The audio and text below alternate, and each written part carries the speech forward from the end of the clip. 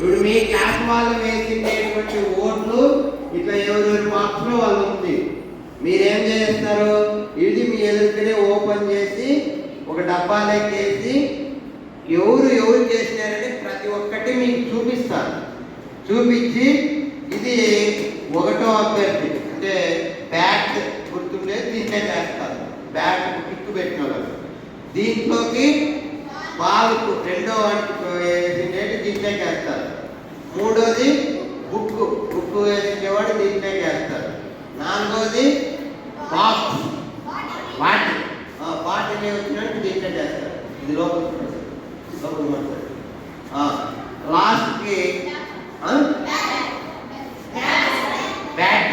Bag వచ్చినోడికి bag అవి దాంట్లోకి వేస్తారు. అర్థమవుతుందా? కాబట్టి మీరు 5 మంది నిలబడతారు. అది ఎవరికి వచ్చింది అనేది చూపిస్తారు. వాళ్ళు 1 2 3 4 5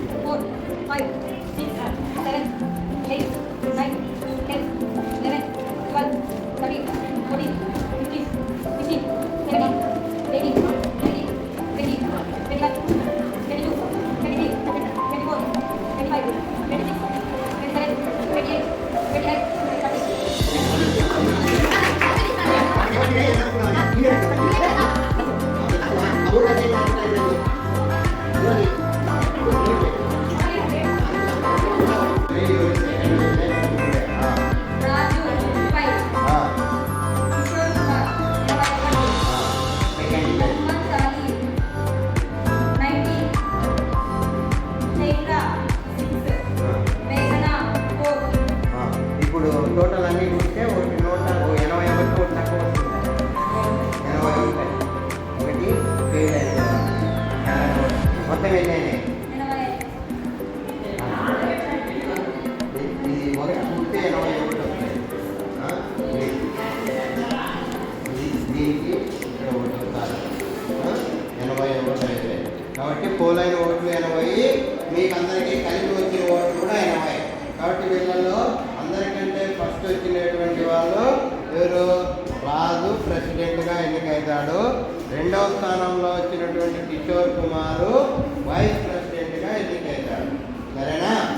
ఇది మీ క్లాస్ సంబంధించినటువంటి ఎలక్షన్. ఓకేనా? మరి మీకు సంతకాలు పెట్టాలి. 5 మంది సంతకాలు పెట్టాలా?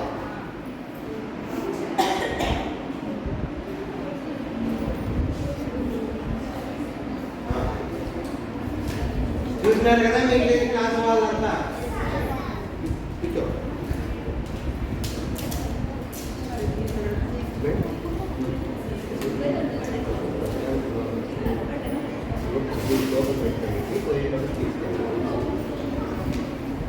అందుకే కన్ఫ్యూజ్ కాకుండా తెల్లవి అన్ని తెల్లవి అంటే ఏది వాటికి ఇచ్చిన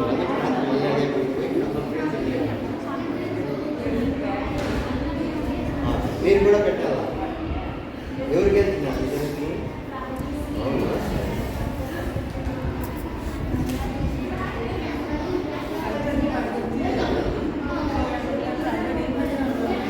మీ దగ్గర సంతాలు పెట్టి ఎంఈఓ రాయాలా?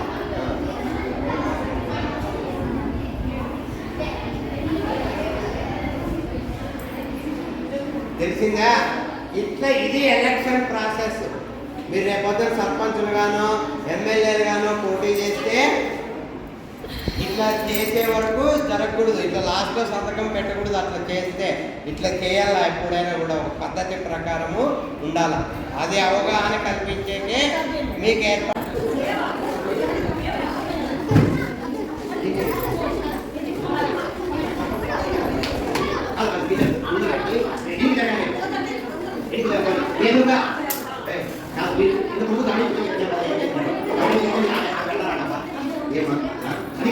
గమనించడం అనేది తెలియలేదు స్కూల్లో. వాళ్ళని పక్కన పెట్టి మీరు అమ్మాయి అమ్మాయి మీరు కూడా ఏం చేశారు? వాళ్ళు ఏం చేశారు?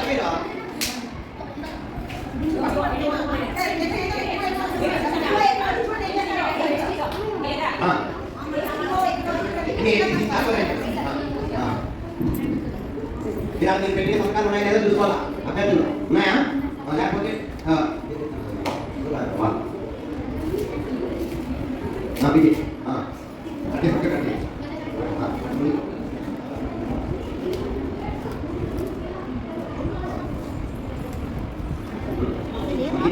తింటే కదా కోటి రూపాయలు బాగా పెట్టు.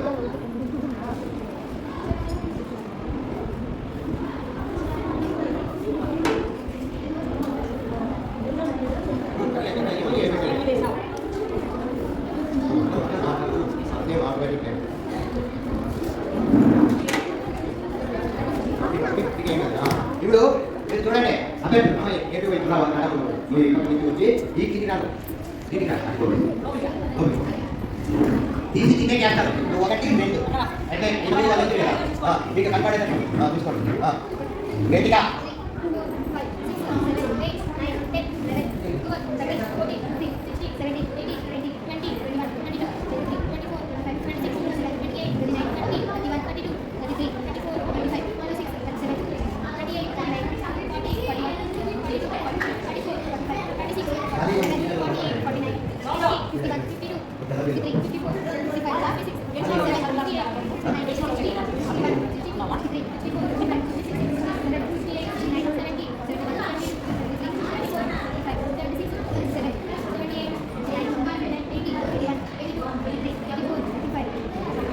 ఎన్ని 85. మీరు ఏదైనా మడతల్లో పడింటే 2కి 1 అయింది. కాబట్టి ప్రస్తుతానికి రాసుకోవాలి. ఎవరు రాసుకునేవాళ్ళు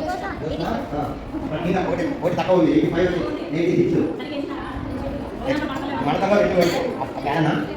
ఓకే మరి చూద్దాం. ఒకటి ఎవరైనా జోలు చెప్పుకున్నాడేమో అయితే సరే సార్. ఇప్పుడు ఏం తీసుకున్నారు కదా మీరే సీల్ చేస్తారు కదా. మేము మీ ఎక్కడే వింటున్నాం కదా. మీరే సీల్ చేస్తున్నారు. మీరు మీతోనే చెప్తున్నాను.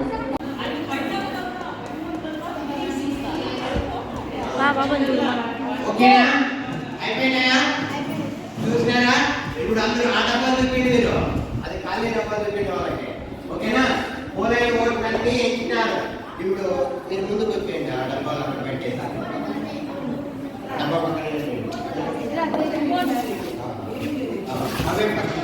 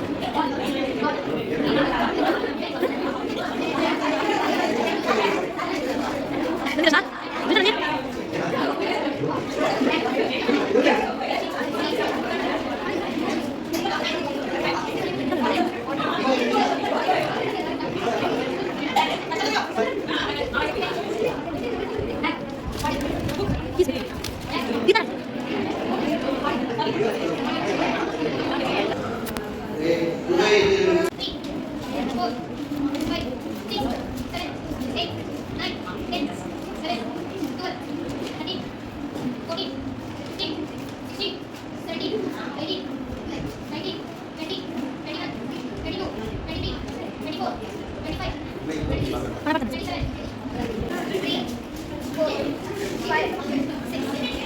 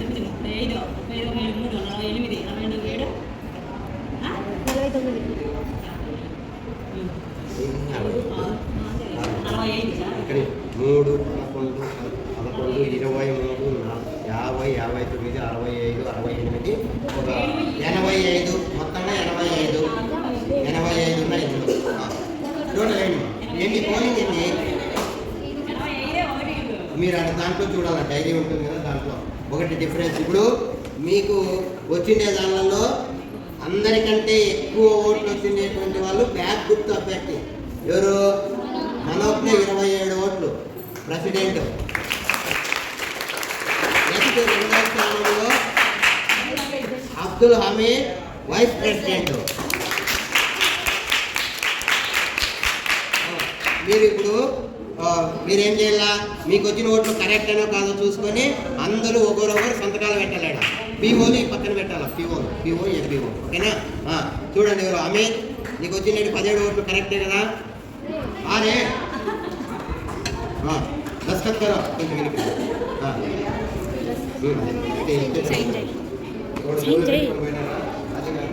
పెట్టుబా అందరూ పెడుతున్నారు.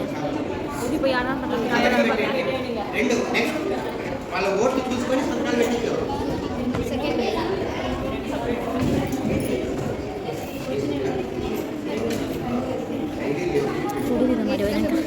నీదేమ్మా నెక్స్ట్ భవ్యశ్రీ.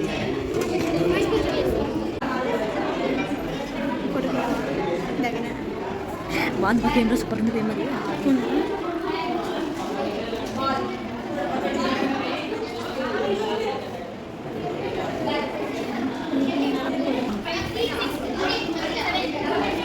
అది కూర్చున్న వాళ్ళు అసలు ఒక కేకలేస్తాను మనోజ్ఞే.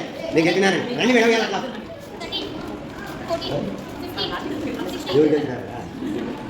అట్లా ఎన్నిమా 16 నోట్ చేస్తున్నావా? ఎవరు ఏమి బుక్ పెట్టి నెక్స్ట్ 2 3 4 5 6 7 8 9 10 11 12 13 14 15 16 17 18.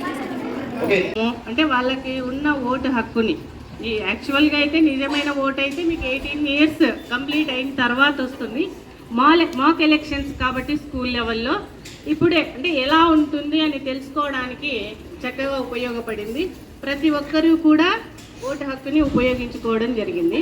ముఖ్యంగా సిక్స్త్ క్లాస్లో ఒక్క ఓటు కూడా అంటే క్రాస్ వేయడం కానీ మిస్టేక్స్ ఎవరు కూడా చేయకుండా నీట్గా వేస్తున్నారు అందరూ కూడా. 6th 7th 8th ఇద్దరు మాత్రం ఎవరికి ఓట్ వేయకుండా ఖాళీ పేపర్లు పెట్టేస్తున్నారు. ఎవరు? ఆ ఇద్దరు.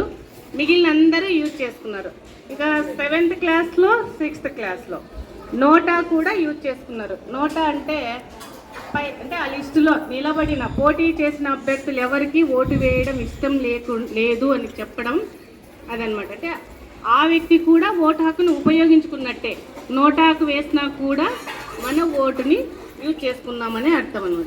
ఆ విధంగా ఎలక్షన్స్ నిర్వహించినాము. కంప్లీట్ అయిన తర్వాత ఆ బాక్సెస్ అన్నింటినీ సీల్ చేయడము, ఒకచోట చేర్చుకోవడము, తర్వాత మధ్యాహ్నం నుంచి కౌంటింగ్ కౌంటింగ్ కూడా చాలా చక్కగా నిర్వహించడం జరిగింది. మొత్తం స్టాఫ్ సహకారంతో మాక్ ఎలక్షన్స్ని చక్కగా నిర్వర్తించగలిగినాము.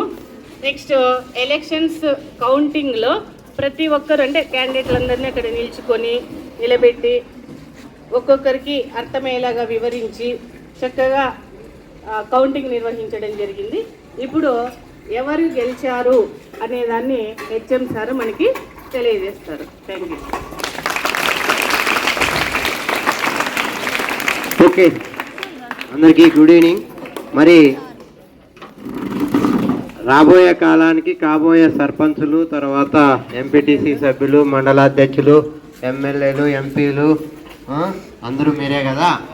అందుకోసమని పాఠశాల స్థాయిలో ఎలక్షన్స్ అంటే ఎలా ఉంటాయి అనేటువంటిది నిర్వహించాల్సినటువంటి మీకు అవగాహన కల్పించేందుకోసమే ఈరోజు ఒక ఫుల్ డే నిన్న మధ్యాహ్నం నుంచి వేస్ట్ అయినప్పటికీ కూడా ఒక అవగాహన అనేటువంటిది మీకు కల్పించడం కోసమే ఈ కార్యక్రమాన్ని ఏర్పాటు చేయడం జరిగింది.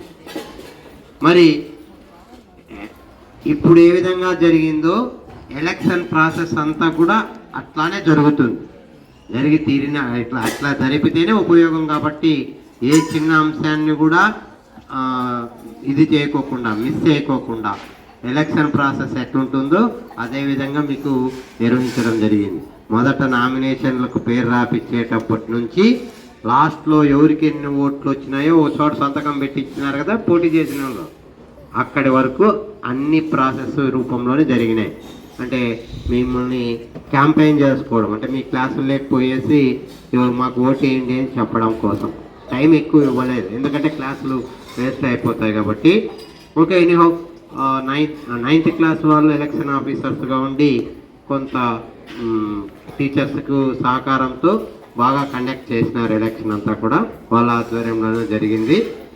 మరి ఇప్పుడు మీకు ఆ ప్రాసెస్ కూడా ప్రతి క్లాస్లో కూడా వీడియోల రూపంలో తీసినవి డిస్ప్లే చేయండి. అప్పుడు వీలైతే ఎవరు రానప్పుడు అట్లాంటప్పుడు ఎలా జరిగిందని. ఇప్పుడు వాడు ఓటేసిండేది వాడు అప్పుడు కేంద్ర చేసింటాడు, కానీ వాడు ఏం తప్పు చేసినాడు అనేటువంటిది వాడి వీడియో వానికి చూపిస్తే తెలుస్తుంది.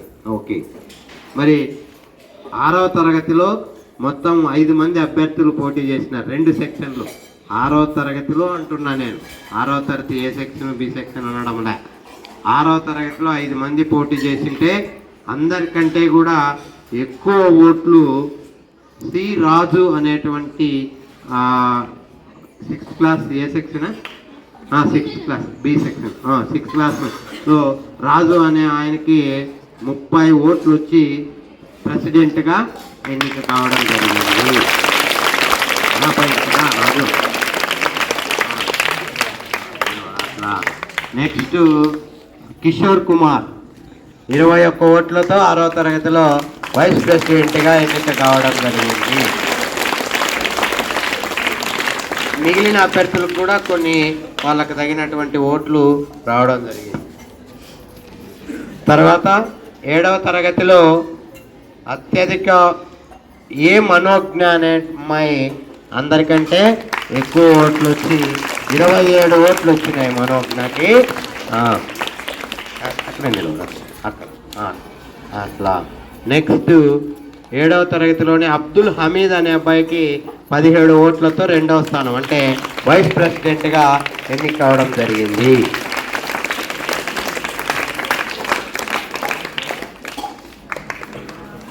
నెక్స్ట్ 8th క్లాస్లో అందరికంటే అత్యధికంగా వై వంశీ అనే అబ్బాయికి 18 ఓట్లు వచ్చి ఇక్కడ బాగా పోటీ పడేది. మీరు చూసినారు లేదో, ఇంతకుముందు ఉన్న ఓట్ల కంటే 1 ఓటు 2 ఓట్ల డిఫరెన్స్తోనే అందరూ కూడా ఓడిపోయినారు. అంటే ఓడిపోయినారు మీన్స్ 3వ స్థానానికి 4వ స్థానానికి పడిపోయినారు.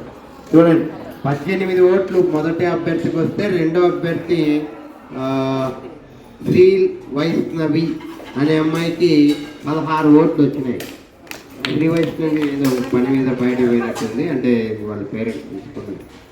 ఆ అమ్మాయి కంటే నెక్స్ట్ ఎన్ వైష్ణవి 15 ఓట్లు వచ్చినాయి, అంటే 1 ఓటు సంపాదించుకుంటే 2వ స్థానానికి వచ్చేది. ఇంకొక అమ్మాయి పూజిత అనే అమ్మాయికి 4th place, she got 14 oats, 14 వచ్చినాయి. ఆ అమ్మాయి ఇంకొక 2 ఓట్లు సంపాదించుకుంటే ముందుకు వెళ్ళేది. కాబట్టి పోటీ అనేటువంటిది బాగా 8th క్లాస్లోకి వచ్చాకే బాగా వచ్చింది. అంతకుముందు ఉన్నటువంటి తరగతుల్లో 30, ఫస్ట్ అయితే సెకండ్ 21, అంటే చాలా తేడా ఉంది. కానీ 8వ తరగతికి వచ్చాకే బాగా పోటాపోటీగా వర్గాలు తయారైపోయి అందరూ బాగా పోటాపోటీగా ఓట్లు వేసుకున్నారు. ఓకే, సంతోషం. ఇది అవగాహన కోసం కల్పించినటువంటి ఇది. వీళ్ళు మళ్ళీ ఇట్లా ఎలక్షన్ జరిగేంత వరకు పాఠశాలలో ఆ తరగతిలో ప్రెసిడెంట్, వైస్ ప్రెసిడెంట్గా కొనసాగుతారు. అర్థమైందా?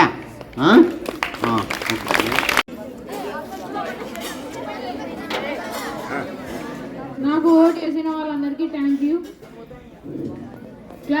నేను రోజు క్లాసు నీట్గా పెడతాను. ఇంకా ఖాళీ పీరియడ్లలో ఎవరైనా పెండింగ్స్ ఉంటే అందరివి రాపిస్తాను.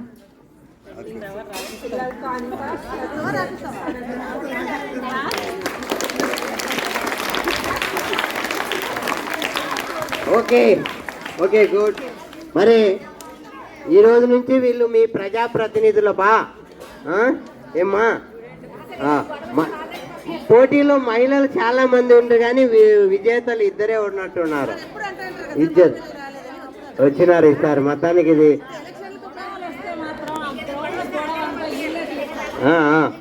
ఓకే. సమస్యలు వీళ్ళు సృష్టించే వాళ్ళు ఎవరు కనపాలేదు. అట్లా ఇప్పుడు మీరు కూడా ఒకవేళ అల్లరి చేసే వాళ్ళు అయితే మీరు ఇప్పటి నుంచి మారాలప్పా. ఎందుకంటే ఓకే, రైట్. ఇది అవగాహన కోసమే. ఓడేసినా, వాడేసినాడు, వీడేసినాడు, అవన్నీ ఏం లే, అయిపోయాయి ఇప్పటికి. ఈ బెల్లు కొడితేనే ఇంక అయిపోయినట్లే. అందరూ ఒకటే మామూలుగా ఎట్లుంటారో అట్లా ఓటు వేసినా, ఓటు వేయకుండా అందరినీ సమానంగానే చూసుకోవాలా. వాళ్ళకి కావాల్సిన సౌకర్యాలు మీరు కల్పించాలా. ఓకే. ఇంకా ఈ ప్రాసెస్ మీద 9th క్లాస్ వాళ్ళు ఎవరైనా మాట్లాడతారా? పోలింగ్ ఆఫీసర్లు.